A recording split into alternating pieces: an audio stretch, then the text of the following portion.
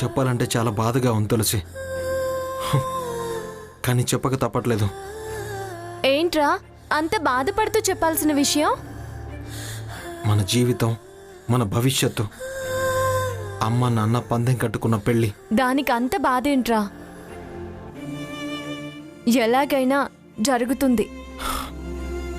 అదే జరగదు అని చెప్పడానికే బాధపడుతున్నాను.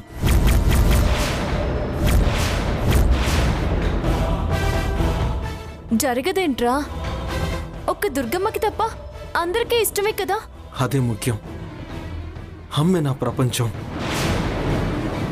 చూడు తులసి, మనం పుట్టినప్పుడు పెద్దవాళ్ళందరూ అనుకోవచ్చు,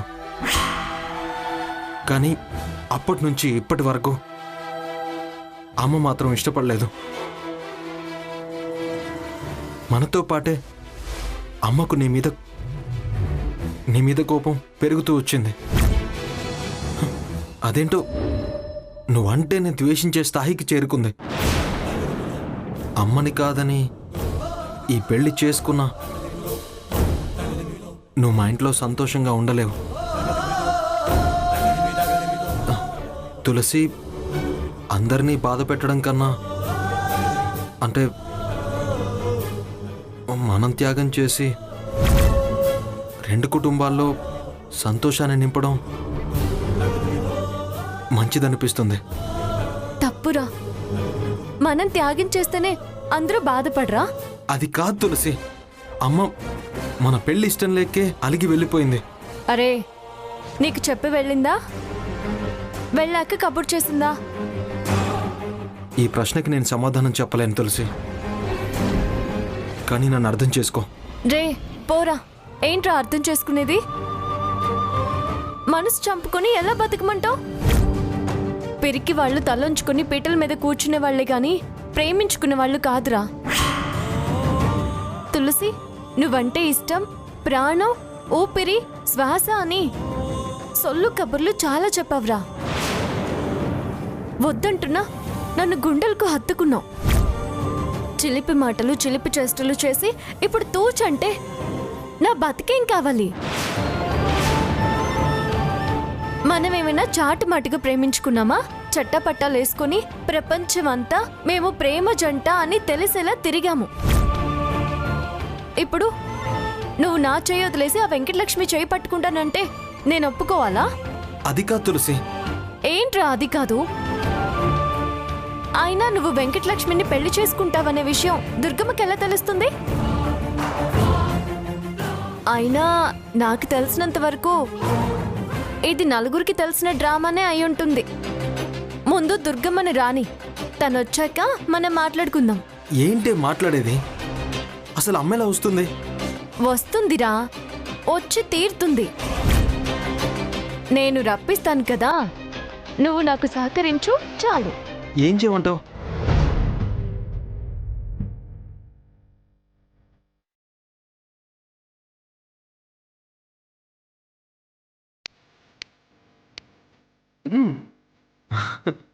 డన్, నువ్వు వెళ్ళరా.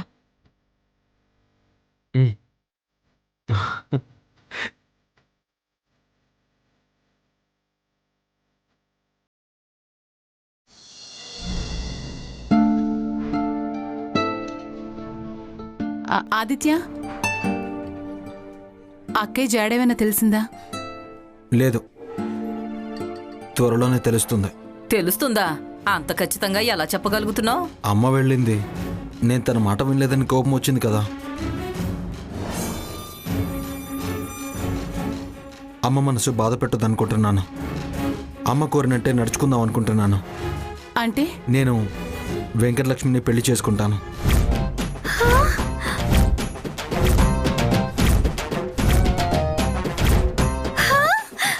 బావా బావా, మా బావ ఎంత మంచోడు, మా మంచి బావ ఎంత మంచోడు, మా బావ బంగారం. అనవసరంగా ఆ తులసి మా మధ్యలోకి దూరి చిక్కు పెట్టిందే కానీ బావకి నేనంటేనే చాలా ఇష్టం. ఎంత ఇష్టమైతే మాత్రం అలా మీద పడి ముద్దులు పెట్టటమేనా? పెడితే పెట్టిందిలే, కాబోయే పెళ్ళామేగా. అయినా ఇవాళ రేపు ఇంగ్లీష్ ముద్దులు ఫ్యాషనే పిచ్చి పిన్ని.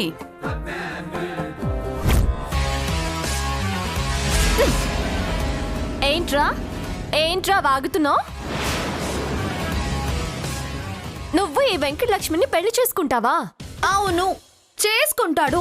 నీకేంటే? నువ్వు ఆగదు. ఇది నాకు వాడికి సంబంధించిన విషయం. మధ్యలో దూరితే మధ్యలే మగ్గ మోత మోగుతుంది. పోవే అవతలికి. చెప్పరా, దీన్ని చేసుకుంటే మరి నన్నే చేద్దాం అనుకున్నావురా? వాడి దారి వాడు చూసుకున్నాడు, నీ దారి నువ్వు చూసుకో. నన్నేం చేస్తావని వాడిని అడుగుతావేంటి? ఏ ముసలి, మాట్లాడకు. నువ్వు నోరు లేచిందో మాడు ముక్కలవుతుంది. ఏంట్రా మాట్లాడవేంటి? నన్ను ప్రేమించి దీన్ని పెళ్లి చేసుకుంటావా? అంటే నన్ను మోసం చేస్తావా? నా జీవితంతో ఆడుకుంటావా? ఏయ్ ఆగు, మోసం లేదు దగ్గలేదు. ఏదో వరసైందానివి కదా అని చిన్న సరసం ఆడాను. ఇప్పుడు మా అమ్మకి ఇష్టం లేదు, అందుకే ఇదిగో దీన్ని చేసుకుంటాను.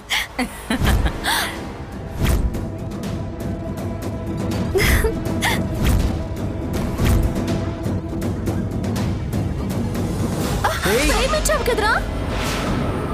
ప్రేమిస్తే అంటే నన్ను నీకు రిజిస్టర్ చేసినట్ట? నేను నీకు సొంతం అయిపోయినట్ట?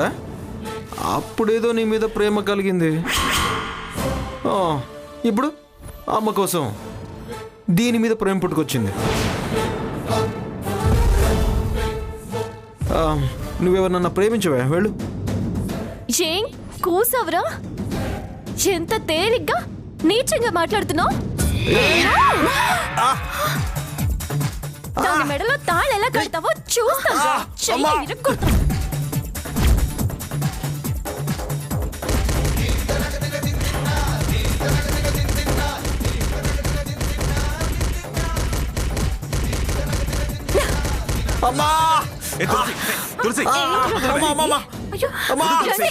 తులసి వదలవే.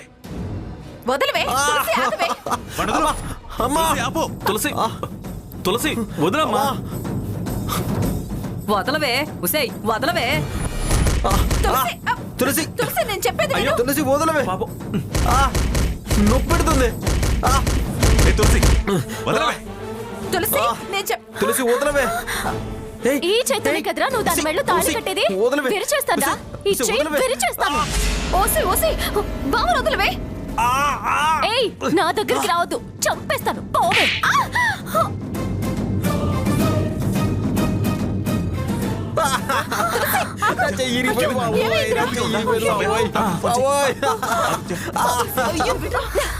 ఏం చేసేవాడిని? నా చెయ్యి ఇరిగిపోయింది నాను. అయ్యో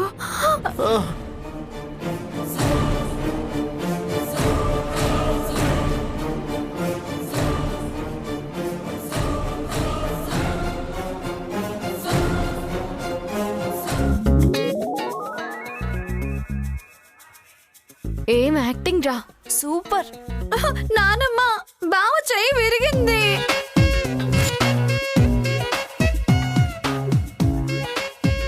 అయ్యో అయ్యో రాక్షసి, చెయ్యి విరిగేలా చేసావు కదే. వీడు నా మనసు విరిచేస్తే నేను చెయ్యి విరిచేయడం తప్ప? అదైనా కట్టు కడితే అతుక్కుంటుంది.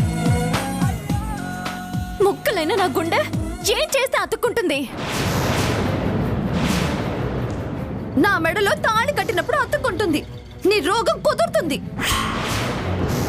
రౌడీలా ఎలా చేయి మెల్లేసిందో చూడండి. అసలే పాపం వండి బంగారంలో పెంచుకుంది మా అక్క. తను లేదు కాబట్టి సరిపోయింది, ఉంటే నీ అంతు చూసేది. ఆపండి. ప్రతి దానికి మీ గొడవేనా? వీడి గురించి ఆలోచించరా? వీడి గురించి ఆలోచిస్తున్నాం కదా. చెయ్యి విరిచేసింది, దాన్ని ఏమనుకుంటా మా మీద అరుస్తారేంటి? తను మాత్రం విరుగుతుందని అనుకుందా ఏంటి?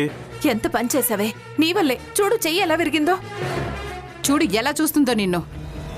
ఏయ్ సత్యవతి, ఏంటే సత్యవతి అంటున్నావు? నీ చెయ్యి విరిస్తే గాని బాధ తెలిసి రాదు. ఏంటే? రావే, టచ్ చేయవే చూస్తాను. ఆగవే. అది తెగబడిపోయిందే, దాని జోలికి పోకు. ఇది మా మధ్య దూరబట్టే వీడికి ఈ పరిస్థితి వచ్చింది. నువ్వు కాస్త నోర్మి, కాస్తైనా బాధగా లేదా నీకు? వదిలే అత్తయ్య. పదరా హాస్పిటల్కి వెళ్దాం. వద్దు నాన్న, మన విజయవాడ వెళ్ళిపోదాం నాన్న. మరి అత్తయ్య? హే, వాడికి ఇలా ఉంటే ఇక్కడ ఎలా ఉంటావు? నేను డిపార్ట్మెంట్ వాళ్ళకి ఇన్ఫార్మ్ చేస్తానులే. వెళ్దాం పదండి. పదవే. మెల్లిగా, జా. పద. మెల్లగా అమ్మో, మెల్లగా. ఓ.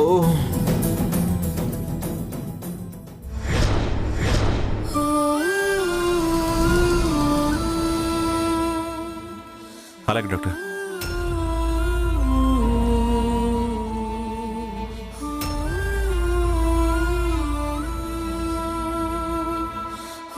నేను వెళ్ళి కాఫీ తీసుకొస్తాను.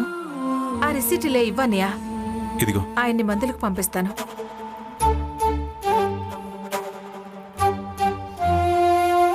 రే ఆదిత్య, లోపలికి వెళ్ళి కాసేపు రెస్ట్ తీసుకుందని పద. రారా. ఆదిత్య, అయ్యో అమ్మా.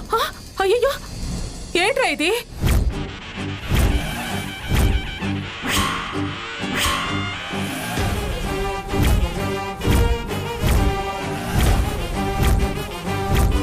ఏంట్రా, ఏమైంది?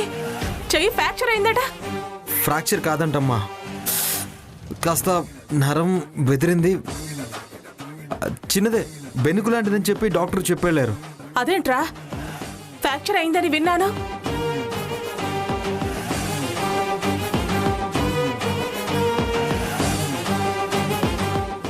ఏమే తులసి, మరి అంత రౌడీజమేంటే? ఆడ మగ చూడకుండా బరి తెగించి చేతులు అలా విరిచాడువేనా? అసలు నీకు బుద్ధుందా లేదా? నీ 2 చేతులు విరిచి నీ మెళ్ళ వెయ్యాలి. అది ఇక్కడే ఉంటుంది కానీ ముందు నువ్వు కాస్త నిదానించు. అసలు ఈ విషయం నీకు ఎలా తెలిసింది? ఎలా వచ్చావు? అంటే నువ్వు కనపడకుండా వెళ్ళడం అంతా ఒక నాటకం కాదు, బోటకం కాదు. మొక్కు తీర్చుకురావడానికి వెళ్ళాను. గుమ్మలోకి రాగానే వీడి విషయం తెలిసింది. రాక్షసి, ఏంటి అసలు నువ్వు చేసిన పని? వాడికి నచ్చిన అమ్మాయిని చేసుకుంటానంటే నీకు అంత కూడలేందుకే? ఇలా చేతులు ఇరిచేయడమేంటి? నా విరచడం గురించి తర్వాత విచారించొచ్చు కానీ అసలు నువ్వు వెళ్ళడం రావడం వెనుక ఏం నాటకం బుట్టకం లేదంటావా? మీ వాళ్ళకి నువ్వు చెప్పే బెదిరింపుగా వెళ్ళావు. నాటకాలు బోటకాలు చేయాల్సిన కర్మ నాకేంటే? అయినా బెదిరించడం ఏంటి? నేను ఎవరికీ చెప్పి వెళ్ళలేదు, ఎవరికీ ఏమీ తెలీదు.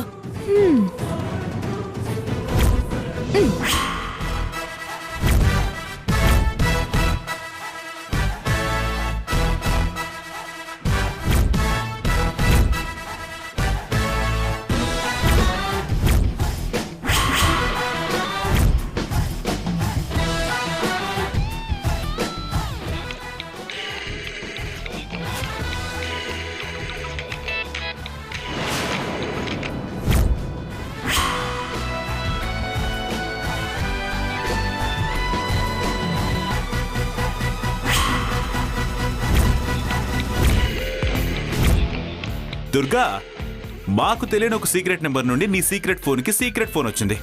తీ.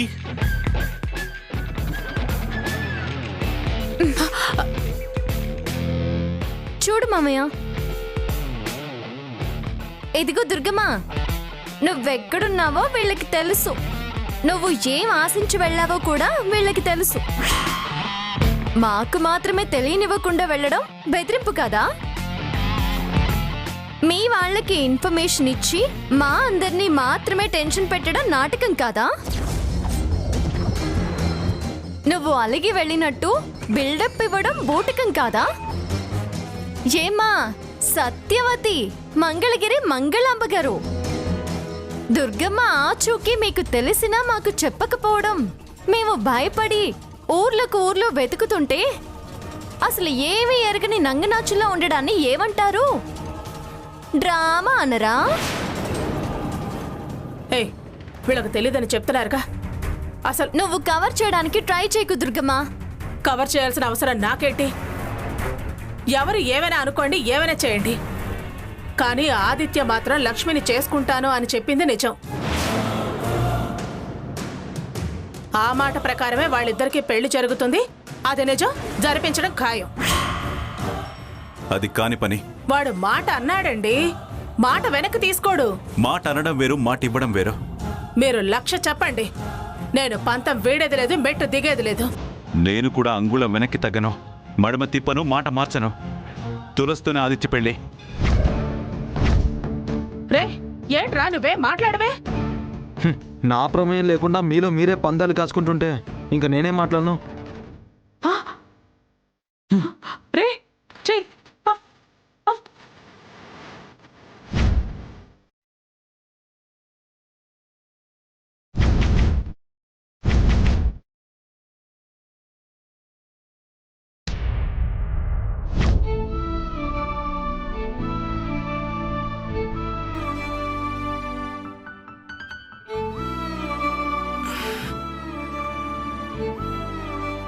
ఏంటి ప్రియా అలా ఉన్నావు? వదిన గురించి ఆలోచిస్తున్నానండి. వదిన తన పంతం నెగ్గించుకోవడానికే వెళ్ళిందో, అన్నయ్య తులసితోనే ఆదిత్య పెళ్లి జరిపిస్తాడనే వెళ్ళిందో అర్థం కావడం లేదండి. ఎందుకు నువ్వు ఆ విషయం గురించి అంతలా ఆలోచించడం?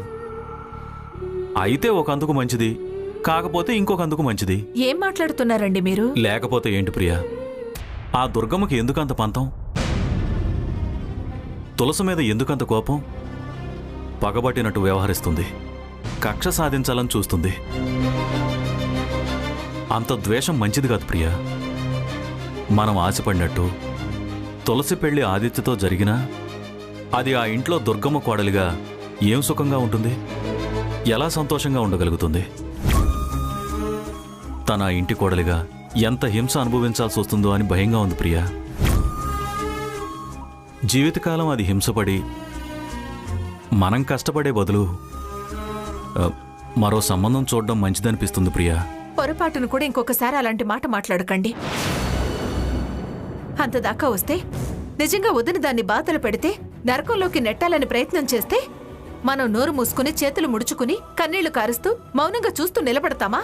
ఏం చేస్తావు? నిజం చెప్పేస్తాను. అది నీ కూతురు వదిన అని నిజం చెప్పేస్తాను. ఇంకప్పుడెలా బాధలు పెడుతుంది? ఇంతకాలం దాన్ని పెట్టిన బాధలకు అన్న మాటలకు తనే బాధపడుతుంది. దాన్ని తన కన్న కూతురుగా ప్రేమగా చూసుకుంటుంది. వదిన సంతోషంగా ఉంటేనే మనం కూడా సంతోషంగా ఉండొచ్చు.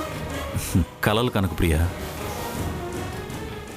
ఊహ బాగున్నా వాస్తవాలు విరుద్ధంగా ఉంటాయి. కలేంటి ఊహేంటి? నేను చెప్పేది నిజం. నువ్వు చెప్పేది నిజం కావచ్చు, కానీ జరిగేది అది కాదు. మనం చెప్పగానే తనంత తేలిగ్గా నమ్మదు ప్రియా. మూర్ఖంగా ఆలోచించే ప్రమాదం కూడా ఉంది. చచా, ఇది నా కూతురేంటి, అసలు నాకు ఆడపిల్ల పుట్టడం ఏంటని, చావనన్నా చస్తానని దీన్ని నా కూతురుగా ఒప్పుకోనని చెప్పి ఏ అఘాయిత్యానికైనా సిద్ధపడవచ్చు. తన శ్రీమంతం అప్పుడు అన్న మాటలు మర్చిపోయావా? హాస్పిటల్లో అన్న మాటలు నీకు గుర్తులేవా? నా వల్ల ఈ వంశం ఆగిపోయే పరిస్థితి వస్తే నేను చచ్చైనా ఈ వంశం బతికిస్తానే కానీ ఆడపిల్లని మాత్రం నేను కనను. సాంబయ్య, ప్రియా, దుర్గమ్మ వచ్చేసింది.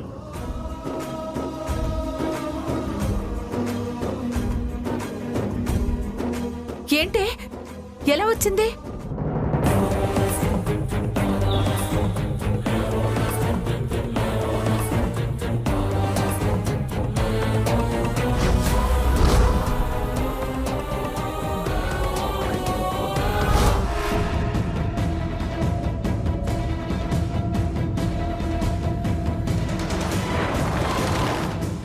దుర్గా, మాకు తెలియని ఒక సీక్రెట్ నెంబర్ నుండి నీ సీక్రెట్ ఫోన్కి సీక్రెట్ ఫోన్ వచ్చింది.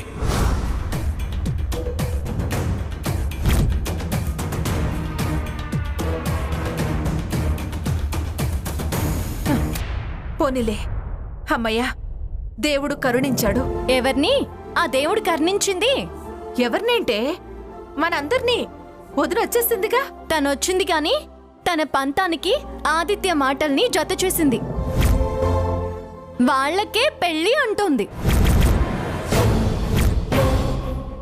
రేపు లక్ష్మికి ఆదిత్యకు నలుగు పెట్టే కార్యక్రమం మొదలు పెట్టబోతోంది.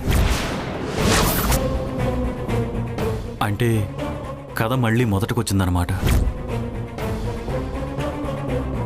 ఇప్పుడు మొక్కు తల్లి, ఆ రాముణ్ణి గట్టిగా వేడుకో, దండిగా ముడుపు కట్టుకో, నాకు ఆదిత్యకు పెళ్లి జరగాలని మొక్కుకో.